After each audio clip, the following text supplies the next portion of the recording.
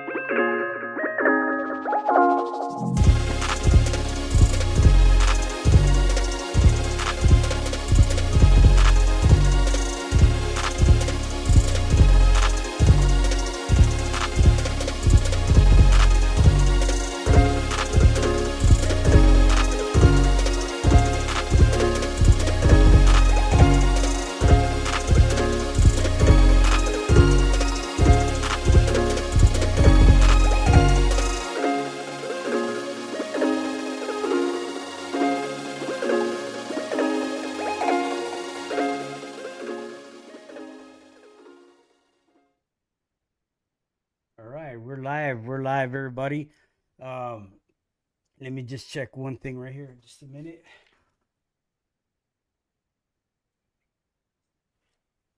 Hey, Cole, could you say a few things?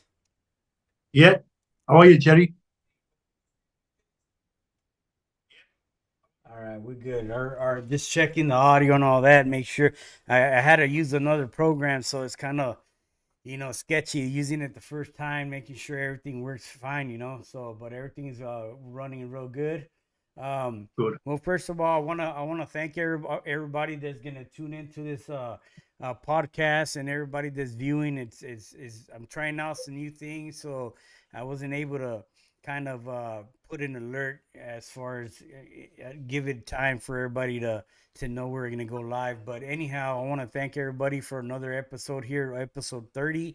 I'm your host, Jerry Chacon, and today's guest is a well-known competitor out of England by the name of Col Bailey. Cole, thank you for being here today.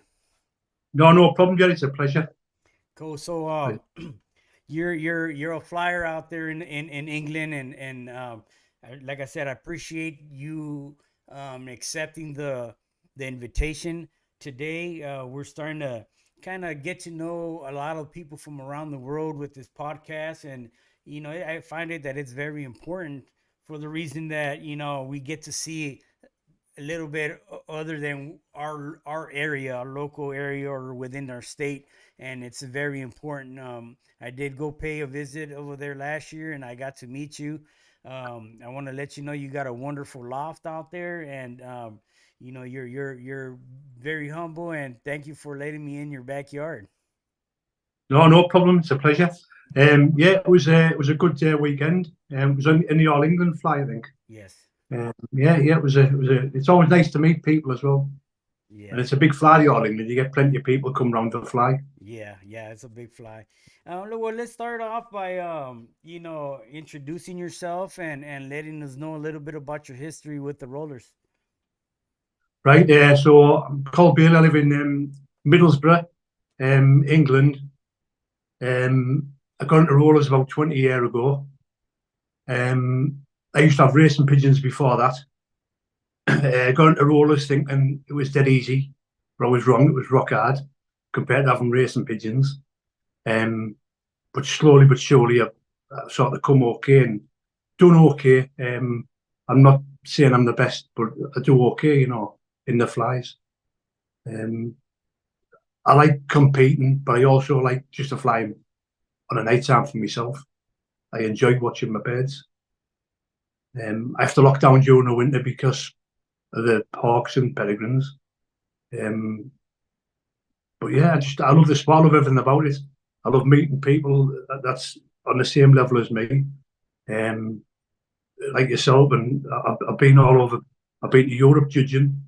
I've been to South Africa with John Wanless, watching their birds in the African fly. So yeah, you get to go to places where you never ever would have been. Yeah, it's good.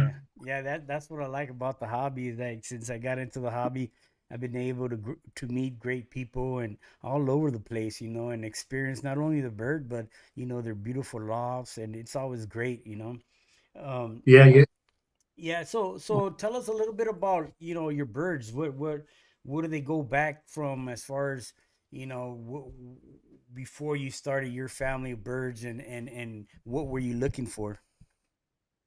Well, I know it's been said a lot, but Middlesbrough's known for quality of roll. And when you go around lads' lofts in Middlesbrough and you see the quality of roll, you don't want nothing else. Nothing else will do. So when you go to somewhere and you see like the flip flopping about, that's no good. They shouldn't be marked, in my opinion. So I try to go for the best birds available at the time. I started off with a few birds from through John Wanless lands, Dino Foster lands. I've got a few of Andre Cara lands now. Um, Andy Dawson was another lad, probably not well known, but he had real good quality pigeons. And they're the sort of family that my family's built around, them sort of four sort of family of pigeons. Nice. And when you talk about quality rollers, what are you looking for within the quality rollers? What do you explain to us in your eyes? What is a quality roller? What exactly are you looking for? It has to be tight and as fast as you can get it. So it actually spins faster. You can't even see it spinning. It's that fast. It just drops, but fast as hell. And that's once you've seen that, nothing else matters. That has to come. If it's got that, if you go for quality first, the breaks will come with it. But you have to go for that quality Yeah. because once you see that quality, nothing else is good enough.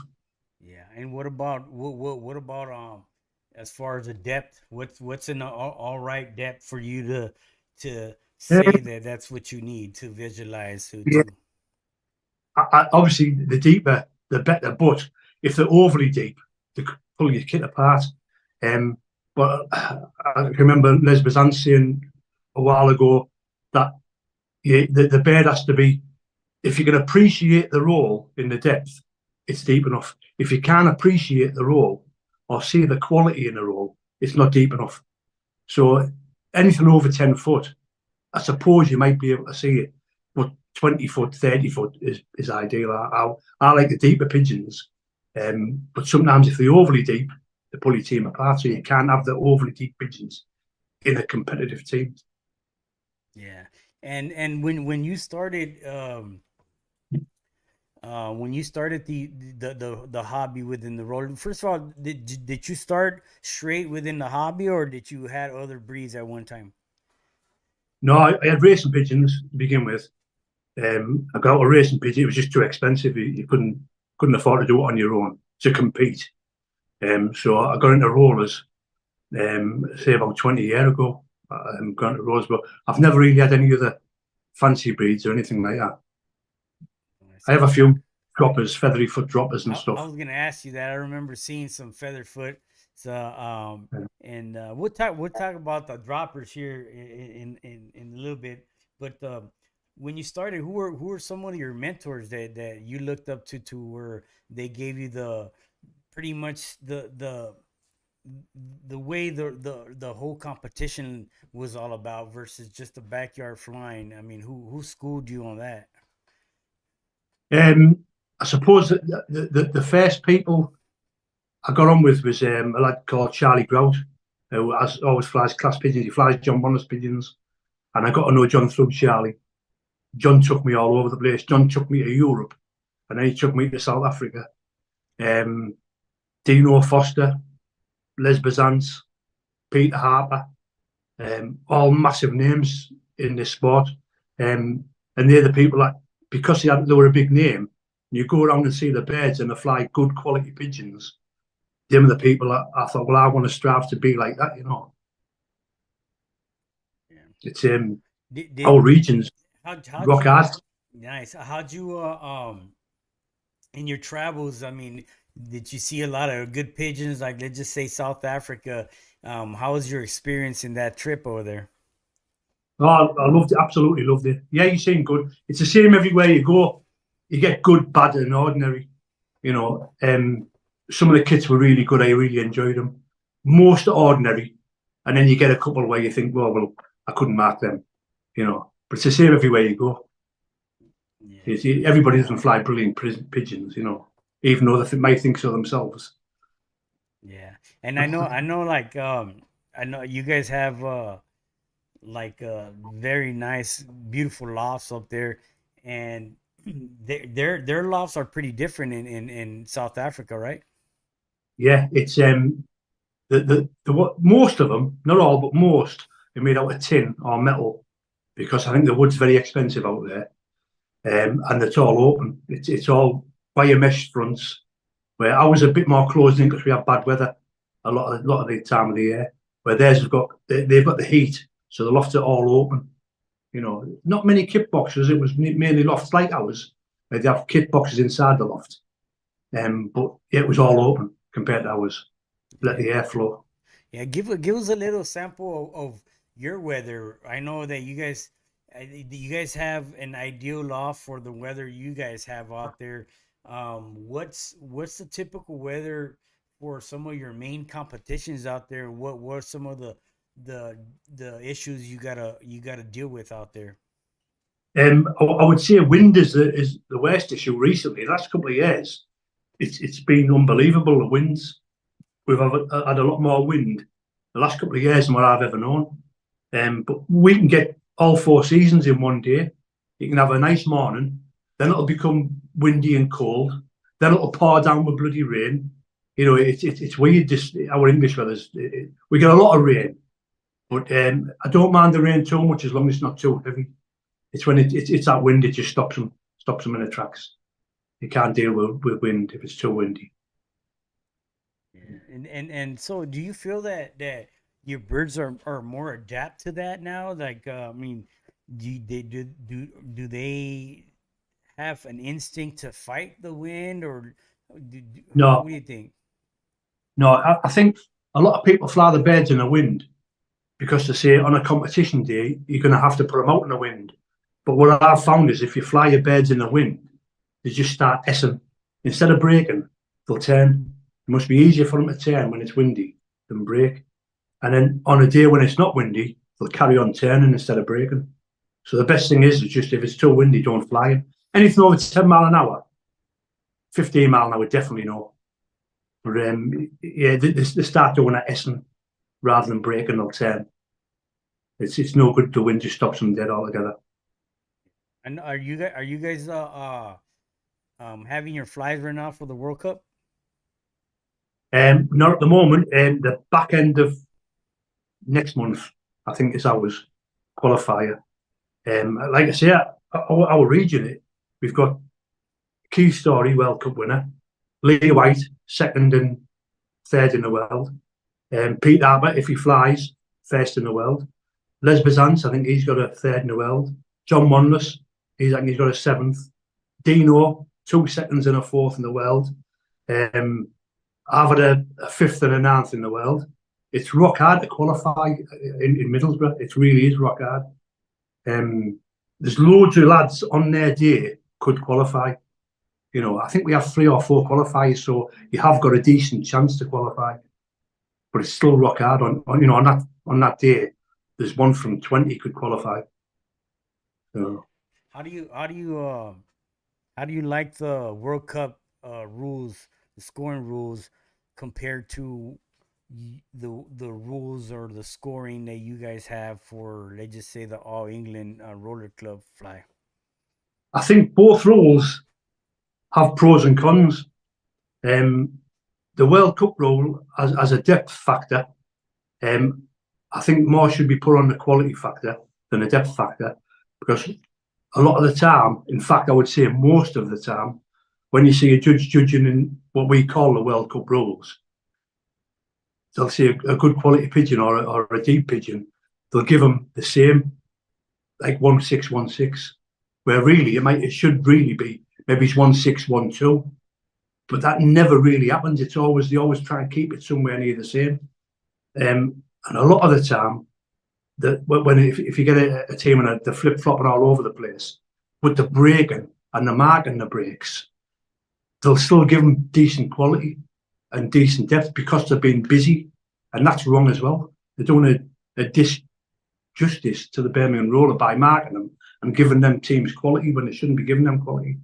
You know, just because they're being busy doesn't mean they're good rollers. Yeah. And the English rolls, we have 200 quality points to give to a team, which some people like it, some people don't. But that's the same thing.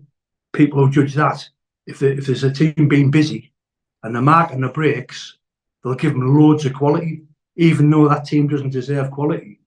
You know, not all judges, but some judges do that. And then you're getting teams that shouldn't really be winning flies, you know. So there's good and bad. We have 20 kitten points, which is a bit of a joke, really, because if you have one pigeon leave the kit, and then the kit's following that pigeon, you only lose 1 point. You know, so maybe you should have 5 points a pigeon to lose. Where at the moment, 1 point a pigeon is a bit of a joke.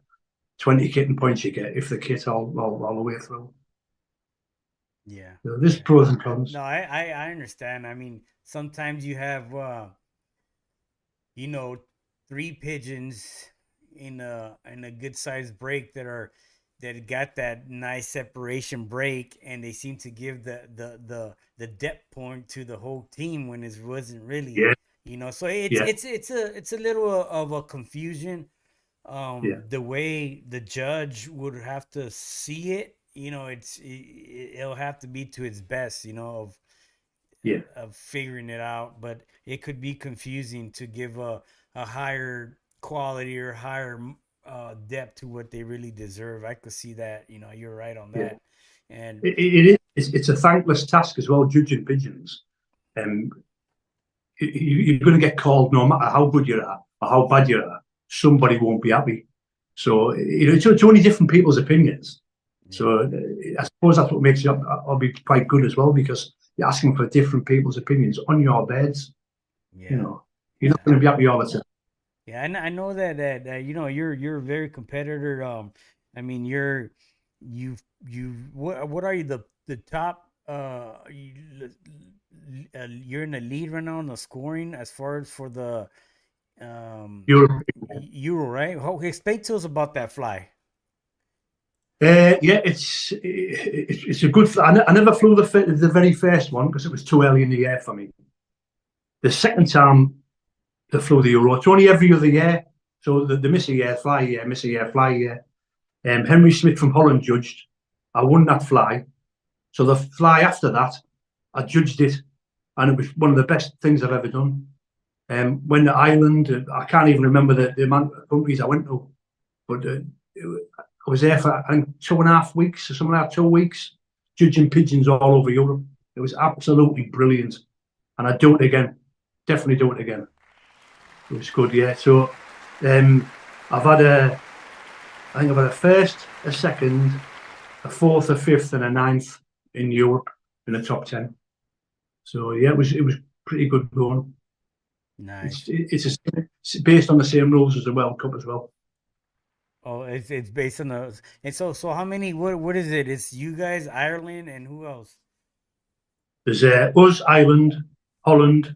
There was Germany in it, Slovenia, Croatia, 2 sides of Croatia, Denmark. There's Hungary. There's another couple, Romania. There's a few more as well, but I can't think of them off the top of my head, Jerry. Nice. And explain to us how do you guys get the points? Like what's the point system for you guys? It's the same as the World Cup fly. We have to qualify first, but where it's 7 for the World Cup, it's only 5 for the Euro. So you get a few more qualifiers going through. But it's the same. It's based on the World Cup rules.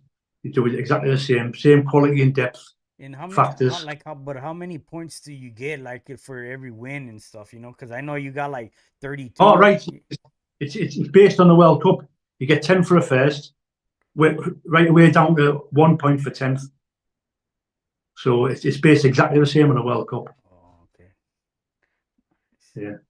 Nice. So at the moment, I think I'm ahead by about 3 points on the leaders board, but that can change like next year. You know, if someone like Lee White, I think he's about third or fourth or fifth or something like that. Okay. If he has a couple more, you know, he'll be right up there.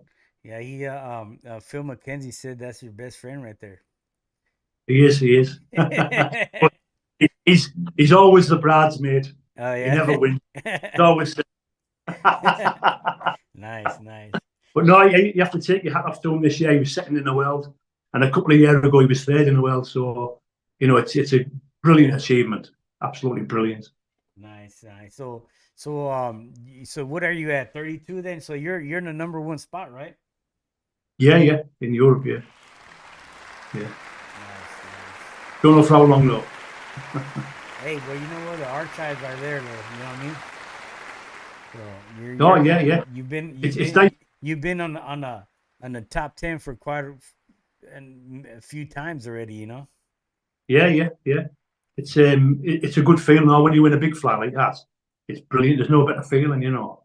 Especially if the birds have been good, and we always have on them big flies, the Euros and the used to have an African fly, and the World Cup. If you qualify, everybody comes. You know, all your mates from Middlesbrough, they all come round, and someone will put food on it, and you make a bit of a night of it, and it's good. And if your birds are good, and everybody's there, and everybody witnesses it, it's brilliant, absolutely brilliant. And that's what it's all about. Yeah, it's really good. Yeah. Do you still get nervous, man, on the competition day? All the time. Yeah, all the time. Yeah. Not so much the club flies now, but them big flies. You know, because you're thinking, well, I might not get this chance again for another 3, 4, 5 years. You know, so you try and make it this one time. You know, and sometimes when they're good, you know, you think, oh, they should have got a bit more than that. And other times when they're not so good, and you get more, you think, bloody hell, that was a good score for them there. So it just swings and roundabouts, you know. Sometimes they're good, sometimes they're not. Sometimes you get good scores, sometimes you don't. You have to just take it on the chin and move on to the next flag. So you're in your backyard for quite a bit then, to get to that level, right? Every night, I love it. It's for me, it's a way of life. You know, I love flying pigeons. I love flying the rollers. When I had the races, it was all built up for one day, on a Saturday for the race day. These, you can enjoy them every single night. Absolutely brilliant, you know. It's something to watch and something to enjoy. And every night I'm out the back garden. The wife knows where I am, out the back. Yeah, for sure. And I'm pretty sure all our wives like to know where we at, huh? Yeah. I could be sat in a pub somewhere.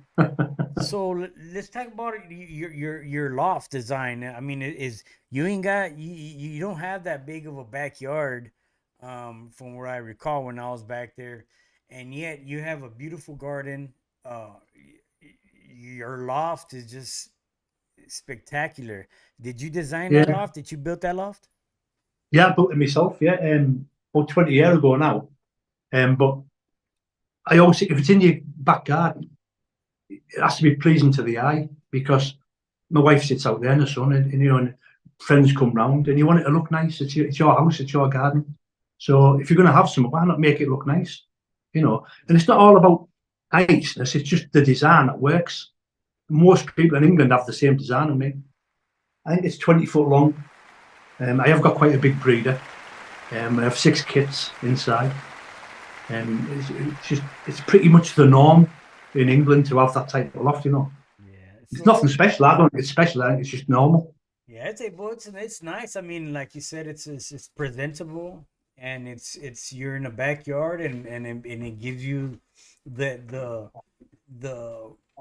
comfort to be there, like if you're in your own house, you know what I mean? It's beautiful, and you know where everything's at, and it just makes it a lot better for the birds in your training, you know. How many kits do you have that you could maintain, that you think it's just right for you to be able to train and I have one old bird kit, I have one yearling kit. But once the yearling flies are finished, then usually you combine the best out. the best of yearlings into your old bird kit, you know. Then we fly young birds. I have 3 teams of young birds at the moment. They'll probably whittle down to 2. I'll try and keep them 2 over the winter for next year's yearlings. Then whittle them down to a team of yearlings. But I've probably breed about 60 young'uns for myself. And I usually breed a couple of kits for other people, you know, when I'm finished breeding. Nice. And so how many pairs do you normally work with? So in there now, I think there's something like 18 pair, but I focus on sort of maybe 8 pair, you know, but I'll float the eggs off them. And then if the other pairs, I put them in there for a reason. If they don't catch them, I don't mind them bringing them young'uns up and try them. But they're all birds that should be in there, you know. They've been good in the air and they're in there for a reason. So I don't mind taking young birds off them. Nice. Now, how often or when would you determine that you're gonna bring in something to go ahead and try it out as far as in the breeding and seeing if it produces something that's good? I mean, would you bring in a young bird that's a year old, or I mean, or do you gotta wait for certain to prove to you certain fly seasons? What's your method as far as bringing in something new and getting something else out of the breeding loft? If I see anything that's really absolutely fast in the roll, straight and class, then I'll try it. You know, if it's good as a young bird, I used to bring it out as a yearling and try it again, but now I think, well, it's a year wasted. If that bird's really, really good in the roll, straight as a die, and with the speed you want, I'll try it in a breeder. You know, I'll leave it in there for 2 years. I'll try it with a couple of different hens or a couple of different cockbirds. And if it's not producing, I'll bring it back out and fly it. You know, it's as simple as that. If I see anything good enough, it'll go in. Yeah. I think that's the way you have to be. Yeah. So you know, you're looking for a fast pigeon with the depth that's just enough to let you see the quality of that pigeon, you know. What about like your frequency? I mean, does that matter to you as far as putting that in the birds, or what do you think about frequency? Yeah. Well, obviously, if you want to win competitions, they need a bit of work rate. But there's a big difference between work rate and a quality roller. It's sort of a balance where you want the quality with a quality break, where they're all balling up, doing that maybe once a minute or a couple of times a minute, to work rate rags where they're just going, buzzing all over the place. That's not for me, you know. So it's trying to get a balance of getting the work rate into the quality rollers and keeping the quality at the same time. Yeah. You know, and most of it's done with feed. Yeah. You got you know, I mean, especially like nowadays, you know, people think that you need the work rate, especially with, you know, like just say the World Cup rules. You got your quality and multipliers, and you know the work rate would, people say, would sometimes outdo the quality of a pigeon that has a nice depth. Let's just say you have less pigeons doing that versus more work, more activity, but less of a quality looking bird. You know, and I know that a lot of people are after that nowadays, but you know, it it makes it, I mean, when you see a good quality bird, you're gonna see it. You know what I'm saying? And if it's only one or two in the team, while you have a big break, you're gonna notice it. You know what I'm saying? I think a lot of it's to do with the judges and the quality of judges that we use. I'd rather win a fly with a decent judge of 200 points and win that fly than win it with a judge who's marking anything that moves with 2,000 points, because you know the judge who's hard and he's a good judge and he only marks real proper fast Birmingham rollers. You've won because your birds are real fast good Birmingham rollers. Yeah. If you win with a team with 2,000 points, you know that judges mark anything that moves. You know, so it's hard. I'd rather win with a good, solid judge who only judges proper rollers. Yeah, when I went over there, I was, I was in the back judging in my head, and I was giving big points, and I told Dave, man, why you missed some birds right there, you know what I mean? You only giving 6 and 7s, what's going on, and he's like, and he, the first week he was explaining to me, and then the second week, I was behind him, and then I called the break, and I was right on it, and he turned around and he says, now you're knowing how to score a proper team, and I understand that, because sometimes, you have the crowd right behind you and the judge right there, and sometimes it's a little intimidating to not score something that goes and just scores Yeah. the 7, Yeah. and it's tough, it's tough to make the call, because Well, if you it call. is hard, especially if there's a big crowd in your garden. When I judge the Euros, if they were missing in the breaks, I would say I shouted all the scores out, and I would say waterfall, so they knew why I wasn't marking the break. Or I would say 5 and a waterfall. If 5 went, and then after that, a few waterfalls after that. And if you shout that out, people know that, and I think, that's why he hasn't marked it. That's why he's only gives that a 5.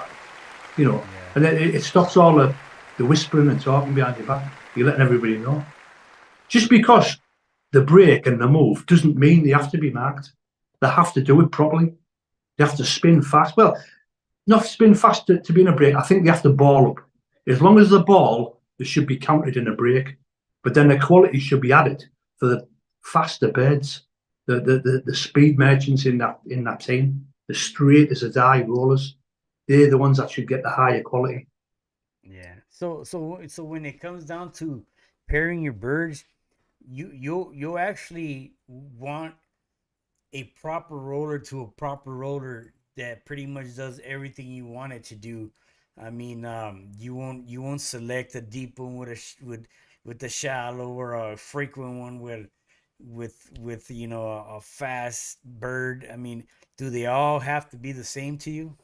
If it's not fast in a row, it won't be in a breeding loft. It has to be fast in a row. But you know yourself with this, Jerry, doesn't matter what you put in that breeder, there's no guarantees. If it was guaranteed that 2 fast rollers breed good rollers, everybody would have champion rollers multiple times. It doesn't happen. You put your best in hoping for the best out. But sometimes it doesn't work. A lot of the time, I get decent returns on my young birds. I get a good percentage of good quality rollers out of my young birds. But there's certain pairs you'll put in, and you'll think, I'll guarantee they'll breed brilliant rollers, and they don't. And that's what makes it so good, this game, because it's not that easy. Yeah. Sometimes you put 2 flying pigeons in, and they're good. You put them in because you've got a spare box. I'll try them to win, and they end up breeding your best young birds that year. It's a funny old game. Yeah. How are your young birds? Are you getting early development, or you gotta wait till the second fly season? I mean, do you have it? I think people who say, there's a lot of people, especially in Europe, a lot of them say, you shouldn't have young bird competitions. You're pushing them too much. You don't push young birds. You're flying, and they love flying. Who the hell wants to keep a team of young birds for another year without watching them roll or break? I think they should be on a roll within 5 months. If they're not on a roll within 6 months, and I think, bloody hell, man, they have to wait a year to watch them roll. It's ridiculous. The people who say you shouldn't be pushing birds have teams of birds that don't come on early, or they don't come on till the second year. And I think it's absolutely ridiculous trying to keep a breed of pigeons that roll, and you want them to roll, that don't roll the first year. Yeah. Absolutely ridiculous. Yeah, I agree with that. And especially nowadays, and I know you guys over there having issues with the bird of prey too, right? Well, it's had 7 a man up to now this year. I got them out a bit earlier this year than what I normally do. The sparrowhawk hits us now. Our sparrowhawk is like your red tail. Your sparrowhawk is like our kestrel, which eats moles and moths and stuff like that. But our sparrowhawk is absolutely relentless. and it'll come in and it'll take them off your loft top, or it'll take them in the sky and come down with them. If you're quick, you can save the pigeon because it has to come down with it. It can't carry it off. But the peregrine will hit them in the air and just take them away. And I think we've got about 4 pair in Middlesbrough of peregrines and countless amounts of sparrowhawks. We do get a respite with a sparrowhawk. The big hen, will start nesting about now. So after this month, you get a bit of a respite right the way through the summer. You still see the sparrowhawk, but it won't really have a go. Not at man anyway. Won't really have a go. But the peregrine will. And the only defence we have is fly him as late as you possibly can. That's why I think a lot of lads in England fly him on a night and an evening. Well, I think you lads fly him on a morning. So hopefully it's been fed, and keep your birds as low as you can. Because if your birds are up in the heavens, I guarantee the peregrine will come. You know, I think it hit me 3 times last year, the peregrine, and twice was on a fly day because it was midday. I was flying midday, so obviously it come. All the other times I fly on the evening and I never see it because it's been fed. Well, how many do you lose a year? Well, I've lost 7 this year, but now, and I think I lost 7 last year, all year. Okay. So it wasn't too bad last year. Well, this year I've lost 7. I lost one of my old birds. I just getting them out so they weren't really fit. I lost 2 good yearlings and a couple of young birds. So yeah, it's a sickener when it takes one. You can't find where it's took a bird down. You know, someone's garden or somewhere you can't find it. Yeah, it's as bad as here. I mean, you got places where now they don't even migrate. They just there. You got Cooper hawks, red tails, the peregrine. You got everything, you know. And there's guys that got to breed 200 birds and end up with 20. You know. Yeah. So Yeah, I mean, there's lads over here that get hammered. There's the Hull club. We judged it a couple of years ago, and every single kit got hit by the peregrine. And I think someone went down a couple of weeks ago, and it was the same thing. Every kit that got flown was hit by the peregrine. It's spoiling it in certain areas. You know, you just can't have it. yeah. You can't enjoy the birds because of it. Yeah. And what about so what do you think about like kid sensitivity? I mean, does it have to have it in them, or is it something that you um pretty much got to breed for, or how do you I explain think that? it's in the breed. I think it's in the breed, but to get a brick wall break, I like a brick wall break where there's both. That's just in the feed, I think. The bird has to be good. The bird has to be able to roll to a good standard. But I think it's just in the feed. It's what you feed them to make them break, you know, and you can make them break sloppy and you can make them break tight. And it's just in the feed. It's what you feed them makes them do whatever you want them to do. Sometimes you think you've got it spot on and a fly day, they do the exact opposite of what you want, but it's still in the feed. To make them break a brick wall break, it's in the feed. Yeah. It's just practice. Yeah, for those that are watching, give me a thumbs up if you got good audio and you could got good video. I forgot to press record out here for emergency, but um I'm gonna record from right now, but just give me a thumbs up. Let me know that everything's okay, please. I'm using another program here, and I'm just starting to get to know how to use it. But, I know one of my mates messaged me and said, "Are you on?" So I don't know whether it was on or not. oh, okay. And then I could test it out too here. Watch, I'll tell you right now. I'm actually watching it right here on my phone, but let me see. Right, yeah. Yeah, we're good. I usually have give me just a second. I have Rayford Lewis as a co-host, so it gives me time to see all this. And since when I don't have a co-host, I'm trying to keep it, make sure everything's running good, and I forget things, So it's tough to do it all by yourself, Yeah, but you said you you breed about 60 pigeons, 60 youngsters. For myself, yeah. Yeah. So what okay, when you're breeding, do you, once you get your youngsters, are you forming a team, or you stop finish breeding before you get all the birds weaned, then you start training and fly? What's your program as far as the young birds, Me, getting them in the air? me first team, I'll keep them together. They're usually the first, obviously, that come on the roll. I'll get them up flying, kitten. Then I'll get my second team up, and anything that comes good out my second team, rolling wise, I'll swap with one in my first team that's not doing anything. And eventually, most or all will be rolling to a decent standard, and that's when you start getting breaks. But I believe that you have to put your rollers together, young birds, and young birds more or less get what they want. Once they're up flying, kitten, they get a good feed all the time, and it just comes on. It's just natural to them to break and roll. Now, You know, are you beating them up? You flying them daily? What's your fly schedule for your young birds? yeah, young birds. I think they should be out every day. They enjoy flying, they enjoy breaking, enjoy rolling. I think that's what they do. And before they come on the roll, I'll try and get them out twice a day. I finish work early on a Friday, so they'll be out Friday, then Friday evening, Saturday morning, Saturday night, Sunday morning, Sunday night.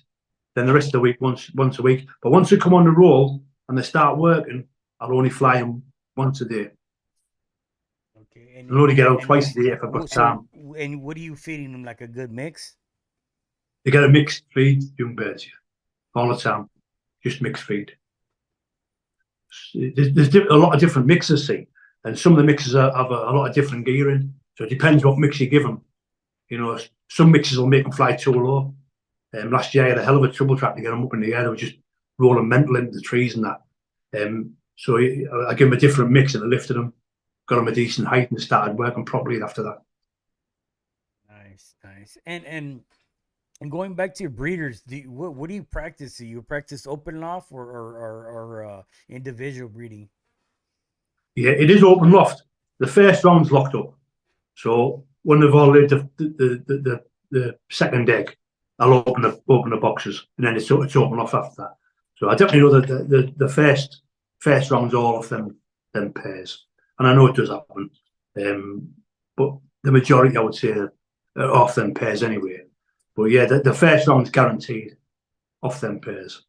Okay, nice. And then earlier we talked about that you have birds in there, that your featherfoot birds that you use as droppers. Explain to us, well, at what point do you start introducing those droppers to your flyers? Is it as a young team, as your youngsters? Yeah, yeah. I'll put my babies out. I'll carry them out and put them on a board in front of my loft.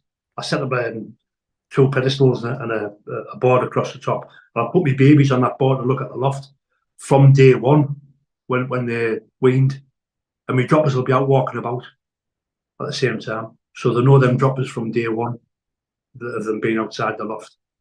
They're there all the time. So they know. The West of England tumblers, that's what they are. Oh, nice. Right.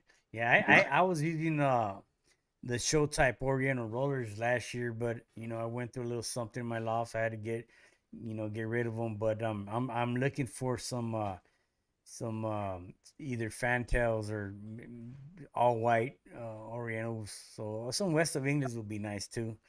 But what I like about it is that they'll go up and fly with them, but come down, and it brings them down with them. Okay. So the work quite good, So so the purpose for that is it to just bring them down whenever you're ready for them to come down? Yeah.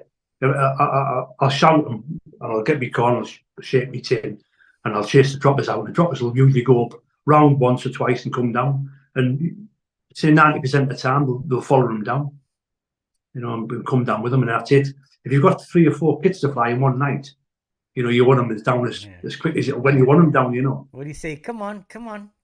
Yeah. Come on, away. You know what? I went over there and I heard that so much, and now I use it in my loft. I was like, "Come on, come on." Yeah, but so do you keep your do you keep them hungry, the droppers, or Yeah, yeah, yeah. I'll pull them. It's pretty much the same as you keep birds. You'll get big hungry cock birds. I'll pull them, and they might miss a feed a day or two. You get the little hungry hen birds. I'll put them in the corn bin. You know, maybe it's every third or fourth day if they need a bit more. It's just a bit of management in it. yeah, Them droppers have to be pulled. Yeah, yeah. It's smart. I mean, I started using them last year since because I got a lot of two stories right around me, so it's kind of hard to get the birds to loop around till they get in that pocket and land. And sometimes they kind of swoop up and they hit a break, you know, yeah, and I have a lot of accidents, but the when I started using the droppers, they'll kind of break their concentration or whatnot, and then and the droppers will get involved in the kit and bring them down. So it it's only needs a couple in the kit to come, and usually they all follow them down it. So yeah, if them drops go in with them and come down, they usually come down with it. yeah. And you house them together in the kit box, or they're Yeah, yeah. They're all in with my old beds. oh They, okay, they, they're all in with my old beds. But like okay. I said, I use them for more or less every kit. Oh, okay, nice. How tight is your family of birds? I mean, do you inbreed or line breed? What do you Yeah, what? well, I tell you what I do. I use uncle, niece, auntie, nephew, grandfather, uh, granddaughter, grandmother, grandson. That I find is the best.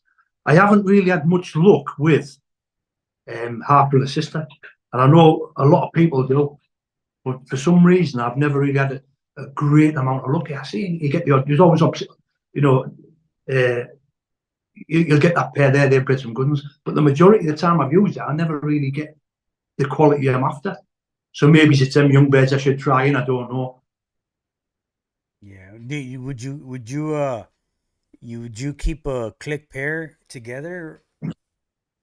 Yeah, well, this year I put the 5 pair back together, which I thought bred me best young birds. I left them together, but I do like to try them with other birds, you know. So I might leave them together 2 year, and then I'll try them with another hen or another cock. If it doesn't work, I'll try them again. But yeah, this year I've tried keep five pair together, which I know. Well, you think you're guaranteed, but you're not. Which I guarantee me good rollers, young birds, Yeah. you know. But sometimes it works, sometimes it doesn't. How about have you ever had to introduce a breeder back in the kit, and if so, does it go back to the performance it once did before? I used to. I used to fly the majority of me breeders, but now the hawks are bad. I can't take that chance. Once they go in there, they're in there for 2 years, and if they don't produce, I'll bring them back out. The older birds, I've got a cock bird in there, 14-year-old, still filling eggs. This year I brought a 15 hen out. Not a 15-year-old, a 15 pigeon. I brought her out and put her back in the kit. And the first time out, she never come back. So whether she's just rolled and hit or buggered off somewhere, I don't know. But that's what happens when they've been locked up that long.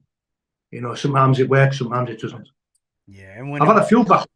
yeah, when it works, do they like how long do you see them having to get back to the performance as far as mainly kidding? Because I know I've tried that the first year this year, and it's hard, man, to get them back kidding again.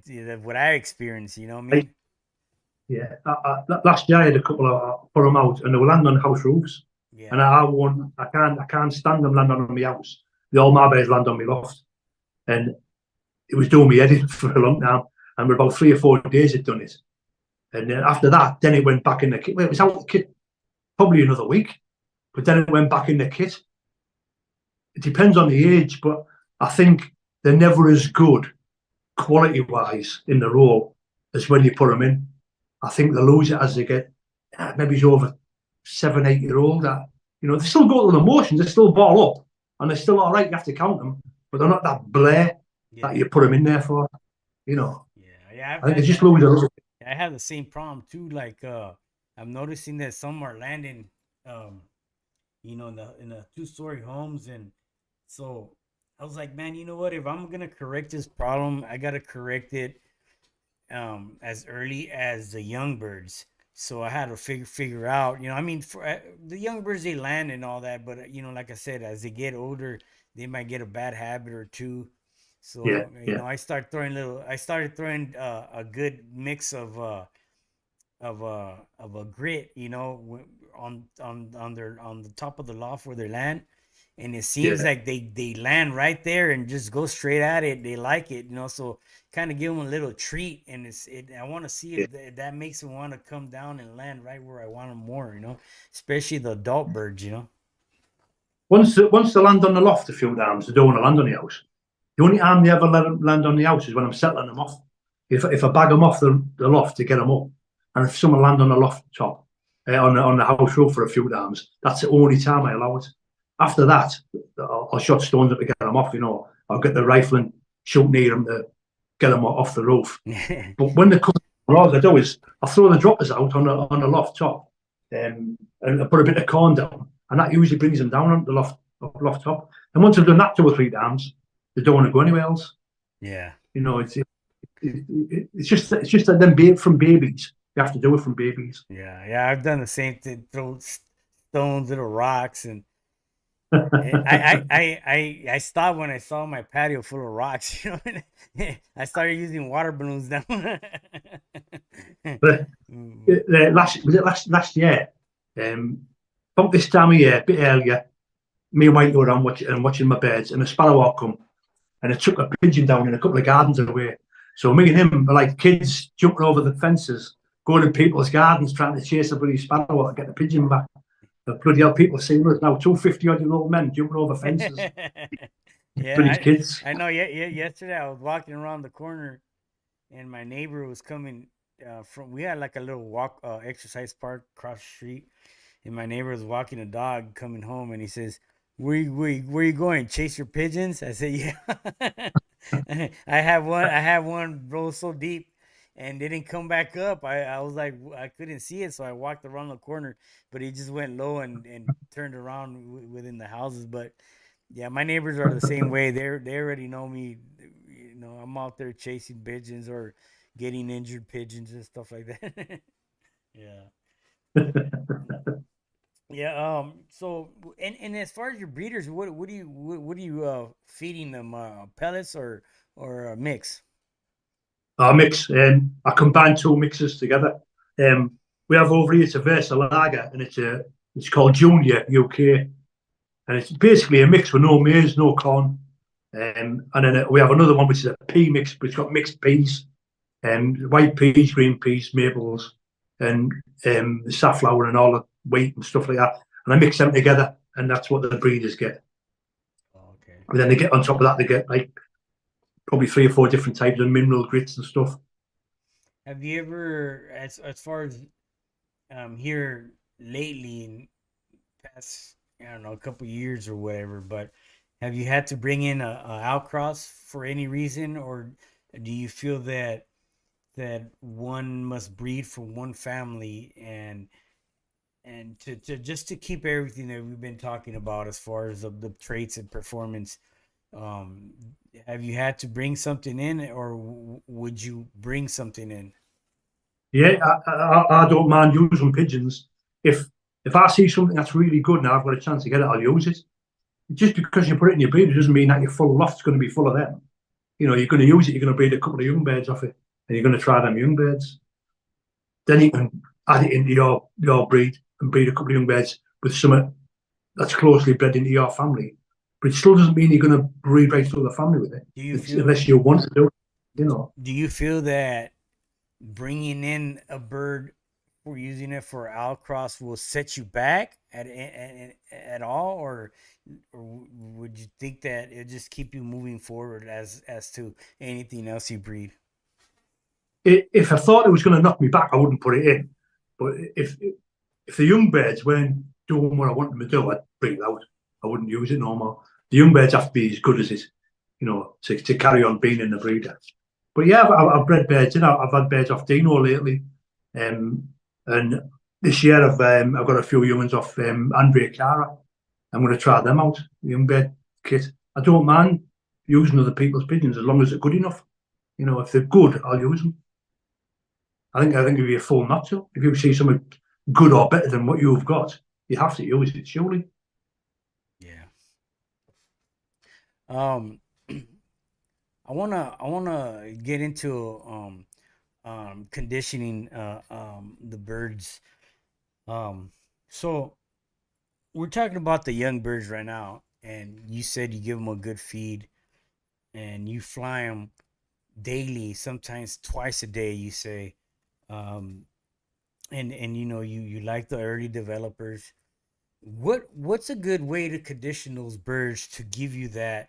Um, I wouldn't say performance just yet, but the energy to fly the time you want them to fly every single day, whether whatever time of day or weather. How do you keep those birds from not deteriorating on you or giving up on you? I mean, is there a certain way you condition those young birds? I think again, it's two things. Like a lot of it's in the feed. You have to give them a real good feed to make them do what you want them to do. And sometimes a day off's as good as two feeds. You give them a day off, and then you bring them on the next day, and they're working twice as hard. So sometimes a day off is just as good. But Yeah. also the feed, and change the feed. Sometimes you change the feed, you get a shot of them. So Yeah. I think you have to practice, don't you? You have to Yeah. practice yourself. Yeah, you gotta understand, because yeah, I think a rest is very important. I think as well. It depends, would you give them, if you're not resting them as much, would you give them all they can eat, or you give them a certain ratio? It depends on how they fly. If they're flying too long, I won't give them what they can eat. I'll give them a measure and bring them back to where I want them. If they're not flying long enough, I'll give them a good feed. Yeah, you have to sort of gauge it. But young birds, pretty much, when you shout them, they come down. Doesn't matter what you feed them. You shout them once they know they're going to get fed. They usually come straight in. You do need that control over them. Yeah. But if I start losing the control, I'll start knocking the feed down on them to bring the control back. And where do you see the most activity? Would you say a yearling team, or would you say a best competition team would be a older team or mix? How would you determine Yeah, a team? I think, well, for us over here, a yearling is an old bed after the yearling fly. So people usually put the yearlings back in the old beds. Everybody must fancy the old beds. That's why they're there. But I've seen some brilliant performances from young bird teams, activity-wise, because they just want to roll. They want to do it. You don't have to do anything to them. You just give them a good feed, and they seem to want to break constantly. But for the World Cup, you wouldn't fly a young bird team in the World Cup. You want to fly your best team, your old birds, which are going to put a decent performance up with good quality. So yeah, it has to be your old birds, surely. Yeah, well, I went over there and witnessed um Wayne Hitchcock's birds, and they're young, and they're cranking, and they're, I mean, like you say, quality, fast, deep birds, man. And these birds were a few months old. Yeah. I've judged Wayne's in the Nationals a couple of years ago, and he flew a team and they were deep as hell, and good quality rollers, solid. He done well last year, Wayne. He won a few things there. He does all right regularly. He's one of the top flyers. Yeah. Well, I just saw his post that he's taking a little break, huh? Sorry, say again, I saw Jenny. one of his posts on Facebook says he's Oh, taking a yeah, little, he's yeah. taking a little break. Yeah, I don't know how long that'll last. Yeah, me Yeah, too. That's I think he's well into the rollers. You yeah, know, yeah, yeah, yeah. I don't know, but I mean, also like, okay, you got your competition kits, and is there a lockdown period for those birds, or do you fly them within the year? How do you keep those birds conditioned? same again with the feed in it. You can lock them up if they're losing too much body weight, and especially if they're working a lot, they're losing too much body weight. I think you have to lock them up for a week or so and feed the hell out of them. Then Okay. bring them back out and start again on them. Um, you can get them bringing them up, and you can get them bringing them down. Depends which way you want to go about it. If you get Yeah. them bringing them down, you miss it. Then they start flip flopping all over the place if they get too weak. Could So you could yeah, you explain to us about that? What do you mean? What's your theory of bringing them down, getting them coming down, or getting them coming up? well, the was it Hannes? I think it was Hannes who told me about the where he fed him as much as he could eat. Then he give him half that amount, then give him half that amount again, and then let him out on the fly. So that they're bringing him down. Hannes from South Africa. I think he was second in the world, and he judged the World Cup 1 year. And I was asking him about it, and that's how he does it. So that's bringing him down. Bringing them up is probably the exact opposite. It's catching them on the way up. Sometimes it's that period where you have to catch them without going over. Yeah.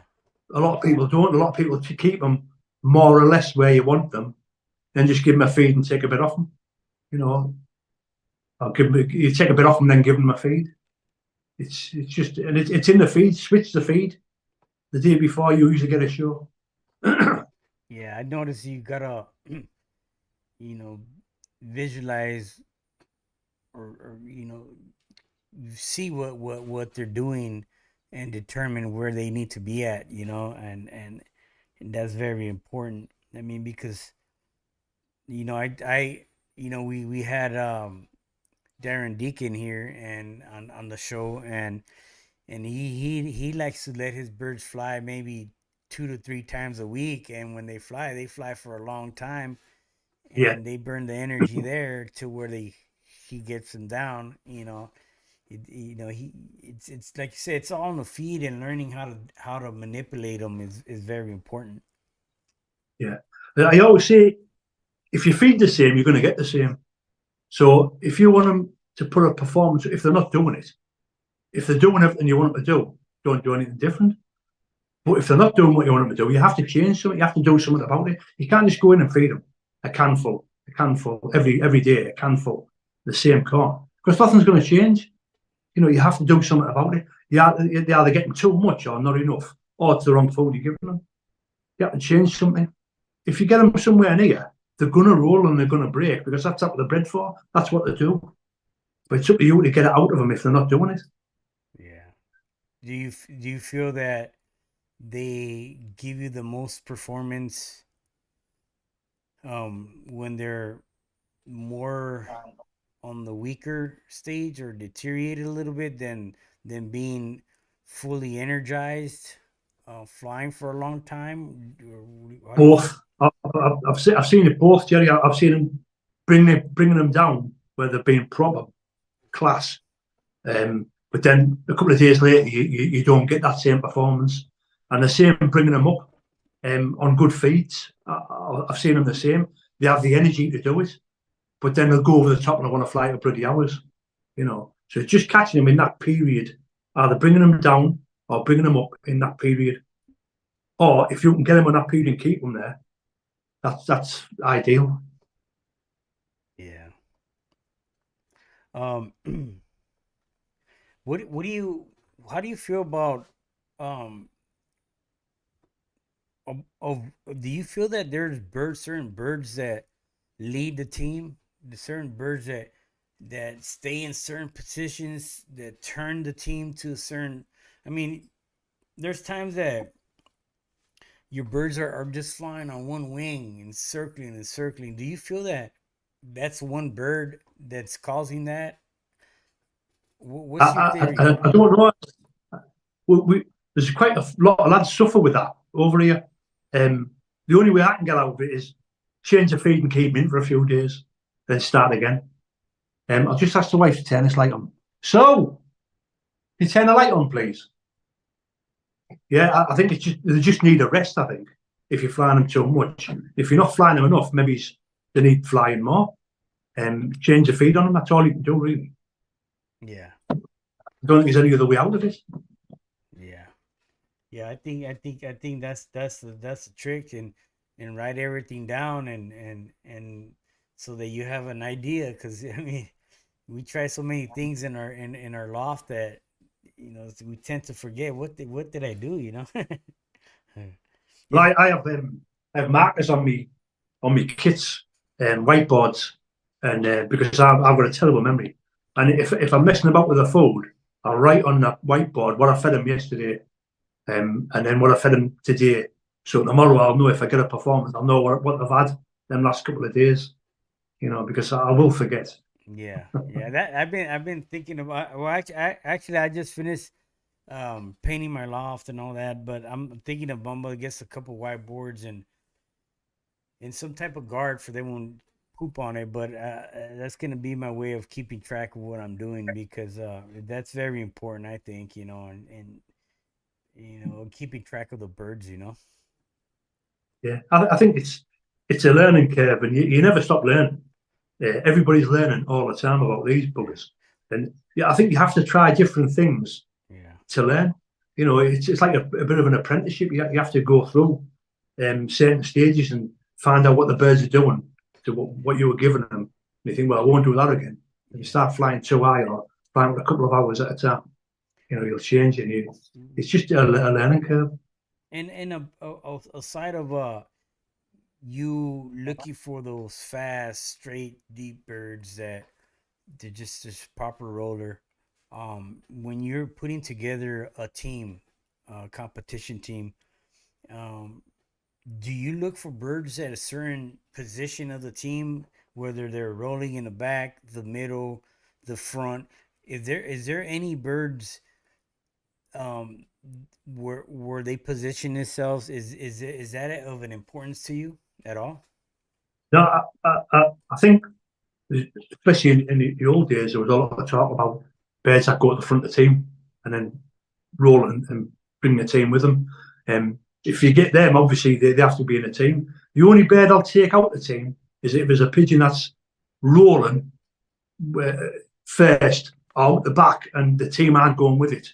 And that's spoiling the team then. So what you want them to do is just fly and all of a sudden, bump. That's what you're looking for. And sometimes you're getting birds rolling, rolling, rolling, rolling. They want to be out the team, because they roll. And sometimes I've always said one of the hardest things to do is to take a good roller out of your team. But if it's spoiling your team, you have to take it out of your team. You want your team to be solid kit, and then you get the big breaks. If you've got birds messing about, you're not going to get the big breaks. Yeah, yeah. And would you care to share with us what you have put together as far as prior to competition on what has worked for you best as far as feeding and flying and resting? Just to get, I mean, everybody has to have a different way of doing things for the fact that we have different climates, different situations and whatnot. But what works for you?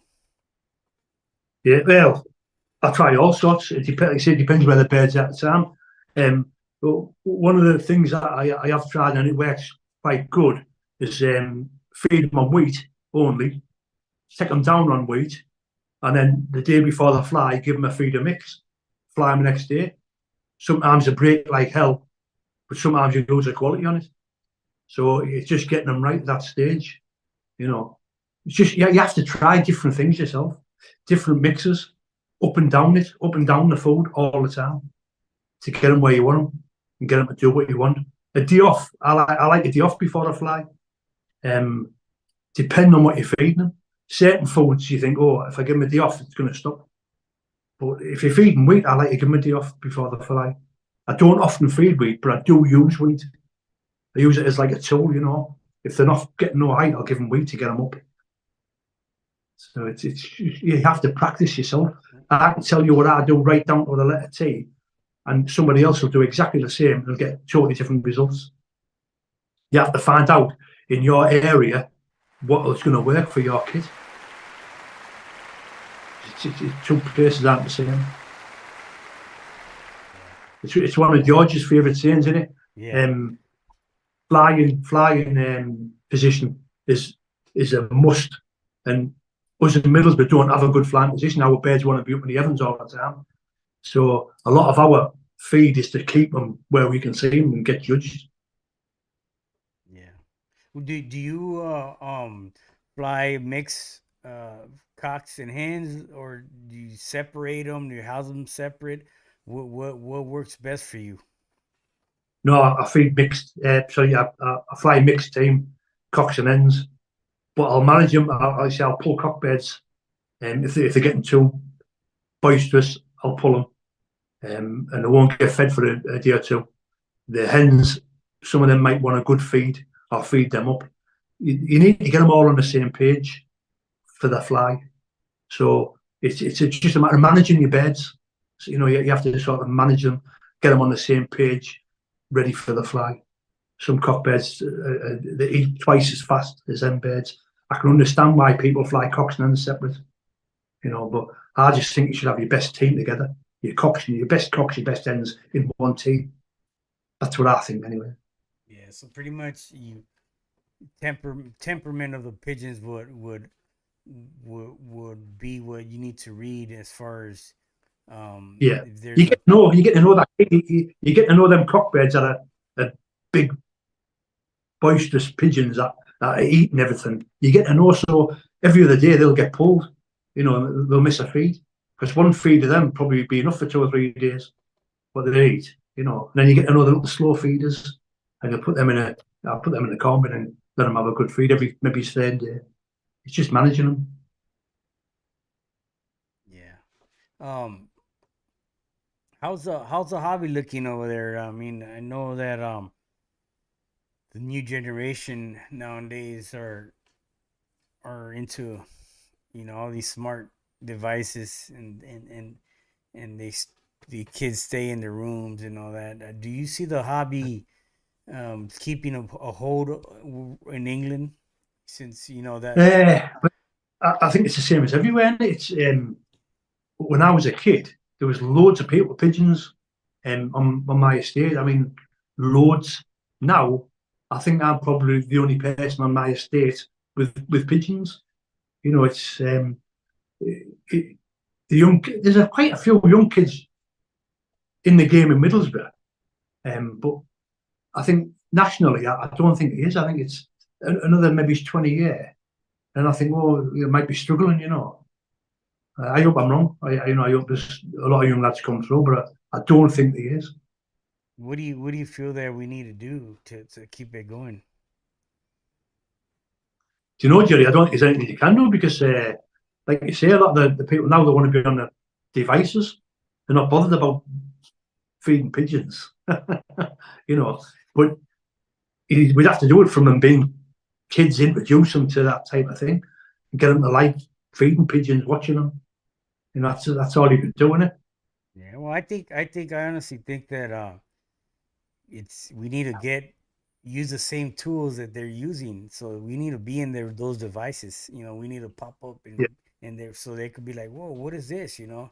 Oh yeah. Social media is very big, and we need to push this hobby on social media as much as we can, because that's where we're gonna get the new generation within this hobby. I know a lot of us are stuck in the past and don't want to adapt to it, but that's the new thing to get an interest in people, you know. Yeah, you have to move forward with the times, definitely, yeah. Yeah. The All England now has just moved forward so we can pay our fees with the bank app. All the years that we've been in it, you had to pay by a check or a postal order, which is like back in the Stone Ages, Where now it's the lads that just took over brought it up to date, and we can actually pay with a bloody app, through your phone, which is a lot easier. So you Yeah. have to move with the time. It's just getting to know how to use these devices ourselves, you know what I'm saying? Yeah.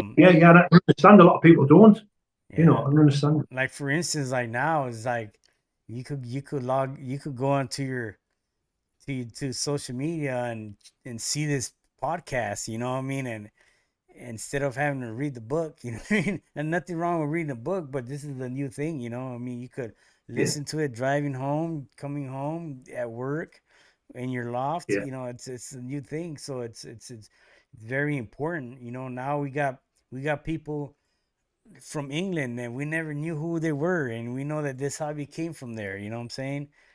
It's very yeah. important, to keep it up, and keep on doing what we're doing. And so yeah, but Yeah, I think it's especially when they realise that it is a global hobby now. yeah, It's a brilliant hobby. You get to meet people who you'd never meet. You get to go to places where you'd never ever have dreamt going, but you're always happy you did. It's everybody's friendly. Especially when you go to them places. Except if you're a judge and behind your back, they might not be. yeah, yeah, and that's pretty tough. That's something that I really would like to get into judging one day. I don't feel that I'm ready. I mean, I probably I think I'm confident in judging, but I got other priorities right now within the hobby, and that I have more interest in, and Yeah, but I'd like to see more young people judge, more yeah, yeah. I think everybody should have a go. Um, and you don't know how good you are until you do it. And people are only asking for your opinion. So you're giving your opinion on somebody else's bet. It might be wrong, it might be right, but until you've had a go and you get a bit of feedback, you need honest feedback. You don't want people telling you what you want to hear. You need honest feedback, and someone will say you're a bit harsh there, or you're way too easy there. You need that feedback. So next time you judge, you'll be better at it. You need truthful feedback. Yeah, I'm putting together the documentary that I went out there and filmed. I pretty much got it done already. I gotta just do a couple of details on there, and then do a trailer. But I'll be putting it out here very very I soon. look, for, Was that? I look forward to that. Yeah, Yeah, it's gonna be real good. And the way I did it was, everybody's gonna see and experience the way you guys um um have an event as far as a competition fly, and it gets very yeah, deep into how you guys put things together over there, how you guys have your loss, how you guys fly, and I mean, I saw it's like having a gathering, I mean, every house you go to, you have a buffet of food, and the tea, and everybody's like, everybody, you won't go hungry, you know what I mean? You got a good atmosphere, of people, and yeah, you're welcome. Like it's not only going and fly the pigeons, because you got the after the flying too, the gathering with the fellas. And I really like the yeah, way you guys get together over there. It's pretty amazing. yeah. Yeah, there's always a bit of Mickey taking and a bit of fun and having a joke with each other and that, because a lot of the lads, well, our local lads we see quite often, but when it's a big national flag out, you don't see a lot of them lads from 1 month to the next. So when you come together, you try and make it a bit of a social gathering, and have a good talk. If you haven't seen them, you're catching up with them, and having a bit of a laugh with them and that. And yeah, it is, and that's what makes the hobby so good. It is a brilliant hobby all round Yeah. because of that. What are your I know you've had a lot of achievements within this hobby, being competitive. Um, do you feel it's important to be in the competitive side in this hobby?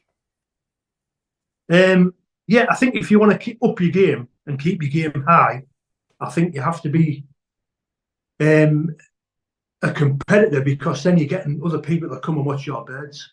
So it makes you want to keep your birds top quality.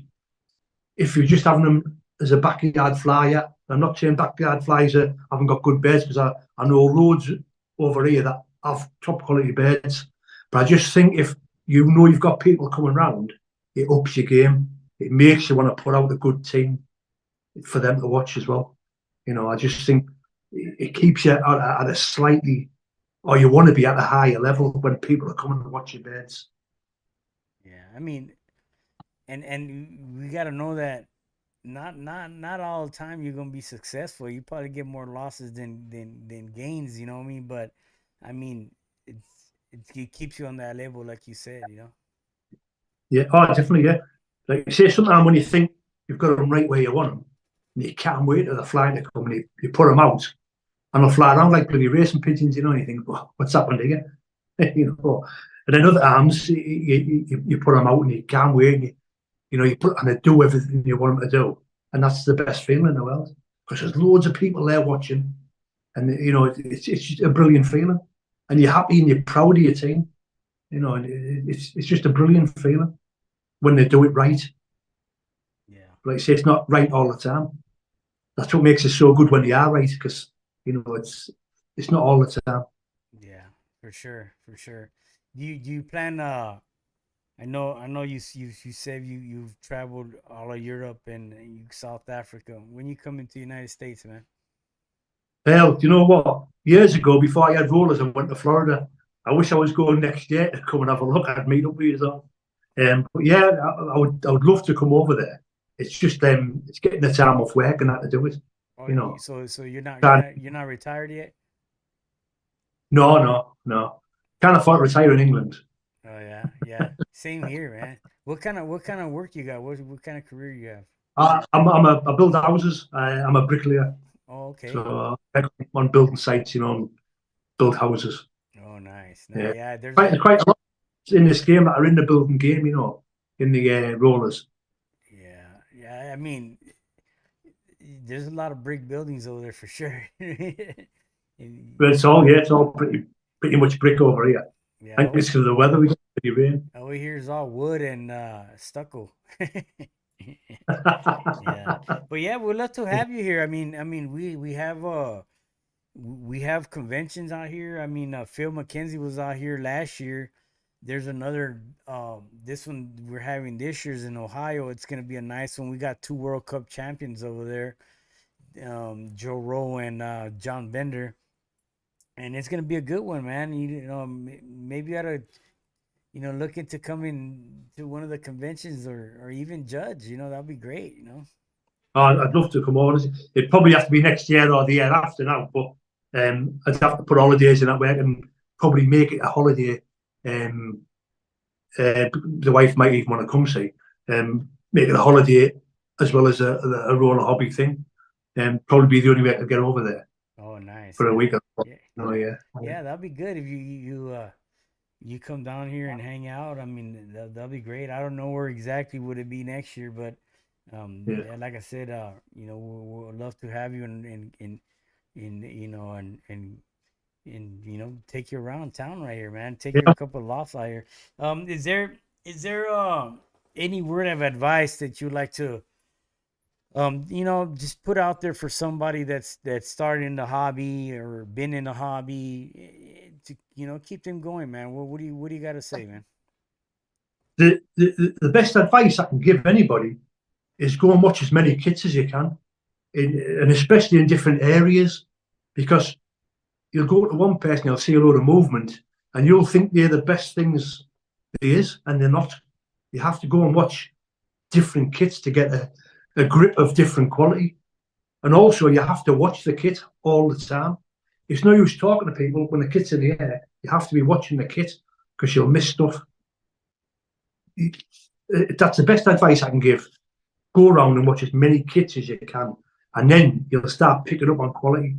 Especially if you're with somebody who'll tell you that there was a quality pigeon. That roll there, that's the best pigeon in that kit. Watch that pigeon. and then you'll know what to look for. You know, that's probably the best advice I can give.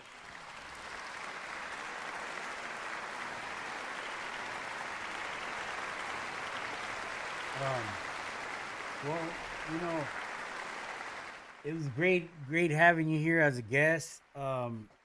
It's very important, you know, to have people participate, and I know it gets us to have a feel for each other, and even though if you're in another part of the world, and Yeah, you know, it's you know, I just want to say thank you. You know, it means a lot to a lot of us that are diehard, you know, rollermen. You know, um, yeah. just want to thank everybody.